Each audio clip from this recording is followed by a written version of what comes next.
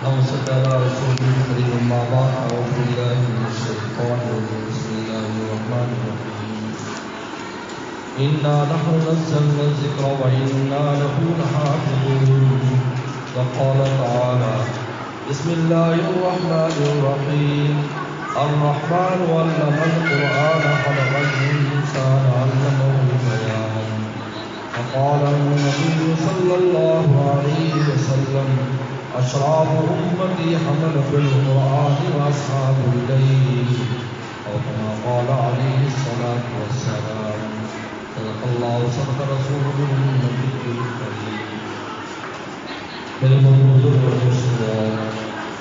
میری ماں بہنوں، آج کی مبارک تقریب حاجی بشیر صاحب کی صاحبزادی حاجی گلستان صاحب کی نواسی حافظہ عائشہ کی تکمیل قرآن کے سلسلے میں حافظہ عائشہ نے جامع علوم آباد نگر میں قرآن مجید سے مکمل کیا ہے۔ بہت بڑا اللہ کا فضل ہے اور اللہ کی خاص رحمت ہوتی ہے، اس لیے قرآن نے کہا الرحمن علم القرآن۔ تعلیم قرآن اتنی آسان نہیں ہے، جب تک اللہ کی خاص رحمت شامل نہ ہو یہ 30 سپارے سینے میں جمع نہیں ہوتے۔ قرآن مجید تو وحی الہی اللہ کا کلام ہے، اور اللہ نے خود اپنے کلام کے بارے میں فرمایا کہ اگر اس کلام کو ہم پہاڑ پر نازل کر دیتے وہ پہاڑ بھی زمین میں دب جاتا، لیکن اس امت کے لیے اللہ تعالی نے یہ آسانی رکھی، اس امت کے چھوٹے بڑے ہوں، مرد ہوں، خواتین ہوں، بوڑھے ہوں، جوان ہوں، سب قرآن مجید کو اپنے سینے میں سمو لیتے ہیں۔ اتنے جو بھی آدمی نماز پڑھتا ہے اس کو قرآن یاد ہے، کچھ بغیر اس کے تو نماز نہیں۔ چھوٹے جو بچے ہیں ان کو قرآن یاد ہے، خواتین کو دیکھو بچی نے قرآن یاد کیا، اب بچیاں ویسے بھی صحت کے اعتبار سے کمزور ہوتی ہیں، اور اس زمانے میں تو خاص طور پر اب 30 سپارے یاد کرنا اور حفظ کرنا اور اپنے سینے میں جمع کرنا، فرمایا الرحمن علم القرآن۔ اللہ فرماتے ہیں میری رحمان قرآن کی تعلیم دیتا ہے، رحمان یعنی میری راہ میں شامل ہوتی ہے تو قرآن کی تعلیم ملتی ہے، اس لیے کہ اللہ تعالیٰ کا انتخاب ہوتا ہے۔ دیکھو دنیا کی جتنی بھی تعلیمات ہیں، ہاں وہ کتنی مشکل تعلیم کیوں نہ ہو، لیکن وہ تو انسانوں کی بنائی ہوئی نا۔ کسی بھی انسان نے کوئی بھی چیز بنائی ہے تو اس کو دوسرا انسان حاصل کر سکتا ہے، کیونکہ انسان کی بنی ہوئی ہے۔ دیکھو گاڑی انسان نے بنائی، ہمیں چلانی آ گئی، جہاز انسان نے بنایا، اب ہم لوگ چلا رہے ہیں، ہمیں میں سے لوگ چلا رہے ہیں، بجلی انسان نے بنائی، ہمیں استعمال کا طریقہ آ رہا ہے، لیکن وحی الہی جو آسمان سے آتی ہے یہ تو اللہ تعالیٰ کا کلام ہے۔ جب اللہ کا کلام ہے اس کلام کا یاد ہو جانا، اس کا سمجھنا، اس پر عمل کرنا، یہ اللہ تعالیٰ کی مدد کے بغیر ممکن ہی نہیں۔ بے شک بے شک، ذات الہی لم یلد ولم یولد۔ اللہ تعالیٰ خود اپنے کلام کے بارے میں فرماتے ہیں کہ 7 سمندروں میں اور 7 سمندر شامل کر لو اور سارے درختوں کے قلم بنا لو، ایک درخت میں سے ہزاروں قلم بنیں گے، اور میرے کلام کو، میری صفات کو، میری باتوں کو لکھنا شروع کرو، قلم ٹوٹ جائیں گے، سمندر ختم ہو جائیں گے، لیکن میرا کلام اور میری باتیں اور میری صفات بھی ختم ہو جائیں گی۔ سبحان اللہ، غیر محدود ذات ہے۔ بے شک۔ اب اگر وہ ہمارے سینے میں جمع ہو جاتا ہے اس کا کیا مطلب ہے؟ وہ انسان کو تو بنایا ہوا نہیں ہے، اللہ تعالیٰ کا ہے، پھر کیوں جمع ہو رہا ہے؟ الرحمن علم القرآن۔ اللہ فرماتے ہماری شان رحمت شامل ہوتی ہے، ہمارا فضل شامل ہوتا ہے، ہماری مدد شامل ہوتی ہے، ہم اس کا انتخاب کرتے ہیں سینوں کا، کس سینے میں دولت کو رکھنا ہے۔ سبحان کہ تمام پیغمبروں میں حضور صلی اللہ علیہ وسلم کا انتخاب کیا قرآن مجید کے لیے، اس وحی کے لیے۔ باقی جتنے پیغمبر تھے ان کو تو لکھی کتاب دے دی، اگر آپ کو لکھی کتاب نہیں دی، وحی آتی، آپ یاد کرتے، صحابہ کو سناتے، سب سے پہلے امت، سب سے پہلے جو حافظ ہوتا ہے وہ پیغمبر حافظ ہے، سبحان اللہ، اس کے بعد صحابہ اور اس کے بعد بنے آتے ہیں۔ ورنہ عجیب بات ہے کہ آدم صلی اللہ علیہ وسلم سے لے کر عیسیٰ صلی اللہ علیہ وسلم تک ہزاروں صحیفے اور کتابیں نازل ہوئی ہیں، لیکن کوئی حافظ نہیں ملے گا سوائے 2 کے، داؤد علیہ السلام زبور کے حافظ تھے، اپنے زبور کے حافظ تھے، اور عزیر علیہ السلام وہ تورات کے حافظ تھے۔ اس کے علاوہ کہیں کسی کا تذکرہ نہیں ہے کہ زبانی کتاب یاد ہو، لیکن حضور صلی اللہ علیہ وسلم بھی حافظ قرآن تھے، اور آپ کے صحابہ بھی، ازواج مطہرات، مرد الخواتین، یعنی اتنے صحابہ اکرام حافظ قرآن تھے کہ جب مسیلمہ کذاب جھوٹے پیغمبر کے خلاف جب صحابہ نے جہاد کیا تو ایک دن میں 600 صحابہ حافظ قرآن شہید ہو گئے، سب حافظ قرآن تھے۔ اللہ تعالیٰ یہ جو قرآن مجید جو ہے، یہ جو توفیق عطا فرماتے ہیں، الرحمن علم القرآن، یہ معمولی بات نہیں ہے۔ ہمارے بچوں کو مل جانا، خواتین کو، یعنی عجیب بات ہے، اللہ تعالیٰ نے اس وحی الہی میں سب کا حصہ رکھا ہے۔ ایسا نہیں کہ مرد یاد کریں عورتیں نہ کر سکے، ایسا نہیں۔ شروع سے ہماری اماں عائشہ صدیقہ رضی اللہ عنہا حافظہ اور قاریہ تھی، بڑے بڑے صحابہ اکرام آ کر ان سے مسائل بھی پوچھتے تھے اور قرآن مجید کے بارے میں تعلیمات دیتے تھے۔ حضرت حفصہ رضی اللہ تعالیٰ ام المومنین وہ حافظہ تھی، اور بڑی بڑی قاریات، عالمات۔ عجیب بات ہے، جتنا بڑا طبقہ مردوں کا ہمیں اس لائن میں ملتا ہے، اتنا ہی طبقہ خواتین کا ملتا ہے۔ سبحان اللہ۔ حدیث کی بڑی بڑی عالمات، حافظات، قرآن مجید کی، قرآن کی قراتوں کی، یعنی یہ قرآن مجید کا کمال ہے کہ ایک لفظ کو کئی طرح پڑھا جاتا ہے، جس کی خوبصورتی ہے۔ یہ روس میں ایک مرتبہ 1950 کی بات ہے کہ روس میں ایک بہت بڑا اجتماع ہوا تھا اس بات پر کہ دنیا بھر کے جو مذہبی لوگ ہیں وہ اپنی مذہبی کتاب پڑھیں۔ تو ہر ایک آیا، اپنی مذہبی کتابیں سنائیں، تورات بھی پڑھی گئی، انجیل پڑھی گئی، گرنتھ پڑھی گئی، وید پڑھی گئی، جو بھی جس کی تھی۔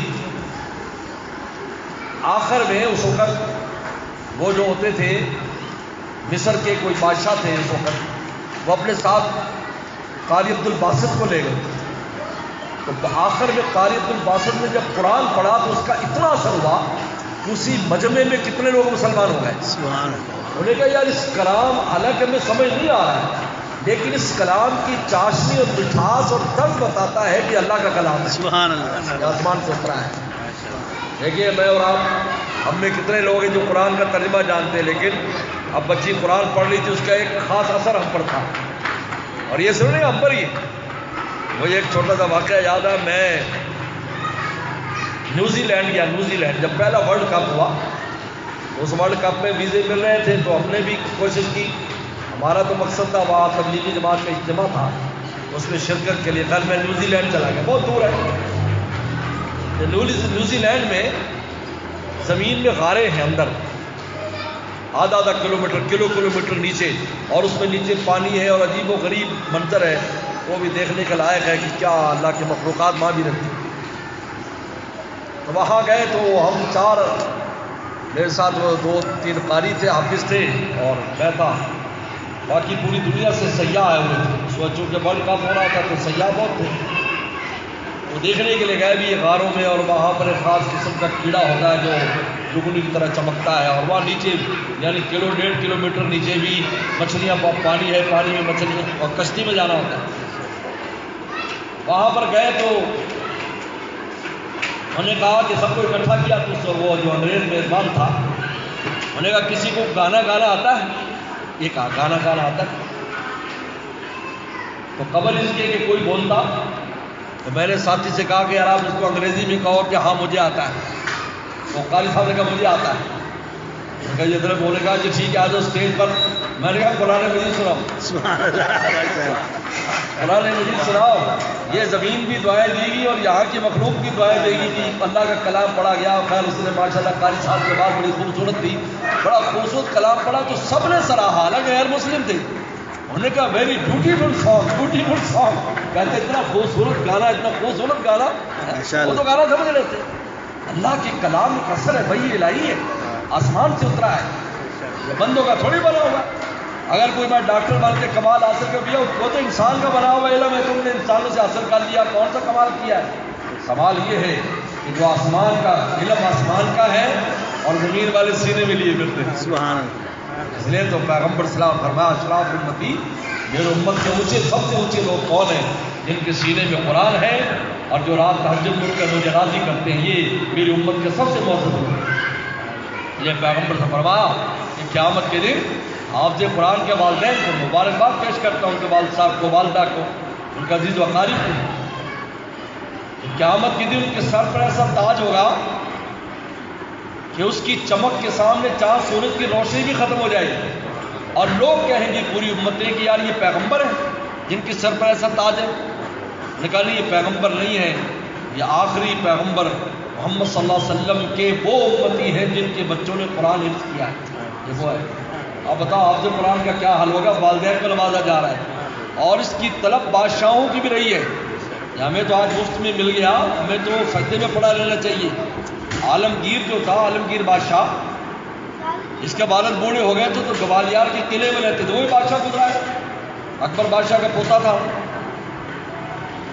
تو عالمگیر کے بچے نے قرآن حفظ کیا جب وہ بادشاہ تھا. عالمگیر بہت بڑے بادشاہ گزرے، 50 سال حکومت کی، پورے ہندوستان کے اوپر اسلامی نظام کو قائم کیا انہوں نے. تو جب بچے نے حفظ کیا تو اس خوشی میں وہ اپنے والد کو اطلاع دینے کے لیے گئے عالمگیر گوالیار سرہند میں، اور جا کہا کہ آپ کو مبارک ہو، آپ کے پوتے نے قرآن حفظ کر لیا ہے، میں نے بہت بڑی تکلیف کی ہے. میں نے کہا والد صاحب خدمت میں حاضر ہوں، ان کو بھی مٹھائی پیش کروں، مبارکباد کہوں. اس نے کہا تاج تو تجھے پہنایا جائے گا، مجھے تو نہیں پہنایا جائے گا. بادشاہت تو میں نے بھی کی ہے، لیکن یہ آخرت کی جب میں سوچتا ہوں تو میرے پاس تو کچھ نہیں ہے. تو نے تو اپنے لیے نظام کر لیا، تو میرے لیے کیا ہے؟ تو عالمگیر یہ بات دل میں لے کر آ گیا اور قرآن حفظ کرنا شروع کر دیا. بادشاہت کے باوجود روزانہ رات کو وقت نکالتا، قرآن حفظ کرتے. قاری صاحب کو بلا ہوا تھا، ان کا کسی کو بتانا نہیں، اس کے ساتھ دور کرتا، یہاں تک کہ 2-3 سال میں قرآن حفظ کر لیا. اور پھر والد صاحب کے پاس گیا کہ آپ کو مبارک ہو، اب انشاءاللہ آپ کو بھی تاج بنائیں. سبحان اللہ، معمولی بات نہیں، بہت بڑی نعمت ہے. الحمدللہ اللہ تعالیٰ کا فضل ہے کہ آج اس زمانے میں اس قرآن کا عجیب انقلاب اس وقت پوری دنیا میں قرآن کا عجیب انقلاب ہے. کتنے ملکوں میں میرا جانا ہوتا ہے، جگہ جگہ پر درسگاہ قرآن کی قائم ہو رہی ہیں، بچے حفظ کر رہے ہیں. ورنہ یہ یورپ ہے. میں جب پڑھا کرتا تھا بنوری ٹون میں، 1970 کی بات ہے، 70-80 کی، میں بنوری ٹون کراچی پڑھتا تھا. تو اس وقت وہاں سے تقاضے آتے تھے کہ تراویح پڑھانے والا کوئی نہیں، تو پاکستان سے، ہندوستان سے، بنگلہ دیش سے حافظ جاتے تھے. اور اب یہ حال ہے کہ جناب ایک مسجد میں اتنے حافظ ہوتے ہیں کہ 2 تراویح ایک کو ملتی ہیں. اتنے حافظ، گھر گھر حافظ ہو رہے ہیں. پوری دنیا میں ایک انقلاب برپا ہے. کوئی ملک ایسا نہیں رہا جہاں جو ہے وہ بچوں کو حافظ قرآن، آپ حافظ قرآن بنائیں، پھر جو چاہے بنائیں. ہمارے یہاں کتنے ڈاکٹر ہیں جو حافظ قرآن بھی ہیں، کتنے جج ہیں جو حافظ قرآن بھی ہیں، کتنے جو ہے وہ فوج کے اندر کرنل جنرل اور حافظ قرآن بھی ہیں، کتنے کاروباری لوگ ہیں حافظ قرآن بھی ہیں. ہر لائن میں آج تو حافظ قرآن ملے گا، اور اس کے ساتھ اپنا بعد میں جو بھی چاہے وہ کر لے. اس کے بعد رمضان میں تراویح سنا رہے ہیں. ہمارے یہاں سیشن جج صاحب تھے، رمضان میں تراویح سناتے تھے، اور ویسے وہ سیشن جج تھے، حافظ صاحب تھے. قرآن حفظ کیا ہوا میں نے بچپن. اس لیے ہم سب سے کہتے ہیں کہ آپ اپنے بچوں کے سینے میں قرآن جمع کرو، یہ آخرت میں کام آنے والا ہے. یہیں بہاول نگر کے ایک افسر تھے، وہ ان کا ایک بچہ میرے پاس حفظ کیا تھا، باقی سارے ان کے کاروباری اور لوگ تھے، ان کے بچے اور بڑے بڑے اچھے عہدوں پر تھے. انتقال سے پہلے مجھے بلایا اور مجھے رو کر کہا کہ اگر اب جب قبر مجھے نظر آ رہی ہے تو صرف ایک ہی سہارا ہے کہ جو بچہ آپ کے پاس حفظ کیا ہے کہ شاید اس کی وجہ سے میری نجات ہو جائے، ورنہ باقی تو سمجھ میں نہیں آتا کہ میرا کیا بنے گا. یہ صدقہ جاریہ ہے، اس سے بڑا کوئی صدقہ جاریہ نہیں، یہ صدقہ جاریہ ہے. ہمارے والد صاحب رحمۃ اللہ علیہ مولانا نیاز احمد صاحب، جن کا احسان ہے اس پورے بہاول نگر پورے علاقے پر، ان کی رحمتوں سے یہاں دینداری اور سارا کچھ قائم ہے.